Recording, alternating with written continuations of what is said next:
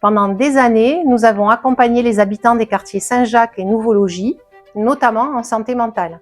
Le fil à métisser était une passerelle entre les professionnels de santé et les habitants de ces quartiers. Nous avions une méthodologie basée sur plusieurs principes. D'abord, créer un lien de confiance. Ensuite, travailler avec des personnes issues des quartiers, dans des équipes mixtes culturellement.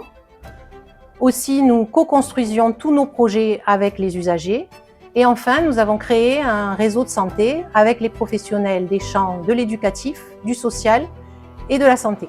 Nous avons créé des espaces de parole pour les femmes, des lieux où on pouvait discuter de santé, de discrimination, de leurs droits, de la scolarité de leurs enfants. Ce lieu était vraiment très important pour elles. C'était un lieu de respect et d'émancipation. En 2024, l'association Le Fil à Métisser a été liquidée après des baisses constantes de financement, notamment depuis l'arrivée de Louis Alliot et de son équipe. Notre travail a été remis en cause. Les autres financeurs, y compris les services de l'État, ne nous ont pas soutenus. Ils ont même contribué à la fermeture de l'association. La disparition du fil à métisser a laissé un vide immense. Les usagers et surtout les femmes ont manifesté leur mécontentement.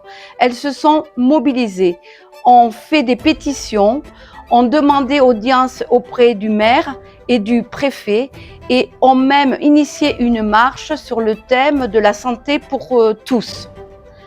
Nous avons défendu notre projet auprès des institutions locales et jusqu'au bout. Nous n'avons rencontré que du mépris. Pourtant, notre action était reconnue. Elle était utile, indispensable pour ces populations très souvent enclavées, isolées et invisibilisées. Nous, personnellement, nous avons rapidement retrouvé du travail. Par contre, les habitants, eux, sont retrouvés complètement abandonnés. Si nous avons choisi de nous engager auprès de Mathias Blanc avec la liste Perpignan Autrement, c'est parce que nous y avons retrouvé l'ADN de notre engagement. Le fait que ce soit un collectif, un petit peu comme on fonctionnait au fil à métisser. Aujourd'hui, nous voulons porter cette exigence d'équité, de respect et d'horizontalité pour notre ville.